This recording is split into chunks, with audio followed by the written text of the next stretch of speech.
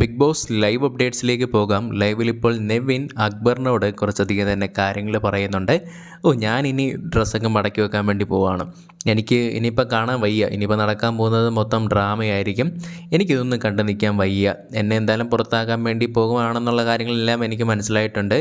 എനിക്കിനി ഷോനവാസിൻ്റെ ഷോ കാണാൻ വേണ്ടി എനിക്കിനി വയ്യ എന്നുള്ള രീതിയിൽ പറഞ്ഞ് തുണി കാര്യങ്ങളെല്ലാം തന്നെ മടക്കാൻ വേണ്ടി പോകുന്ന നെവിനെയാണ് നമുക്ക് ലൈവിൽ കാണാനായിട്ട് സാധിക്കുന്നത്.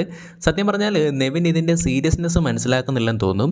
നെവിൻ ഇപ്പോഴും വിചാരിച്ചുകൊണ്ടിരിക്കുന്ന ആ ഒരു പാൽ പാക്കറ്റ് എടുത്ത് എറിഞ്ഞുകൊണ്ട് തന്നെ പ്രത്യേകിച്ച് കുഴപ്പമൊന്നും ഇല്ലല്ലോ എന്നുള്ള രീതിയിലാണ് വിചാരിക്കുന്നത്. പക്ഷേ എങ്കിൽ അയാൾ ഒരു ഹാർട്ട് പേഷ്യൻ്റ് ആണ്. ഓക്കെ, അപ്പോൾ അത് നമ്മൾ മനസ്സിലാക്കുക. ഇത്രയും നേരം വൈകുന്നത് എന്തുകൊണ്ടാണ്?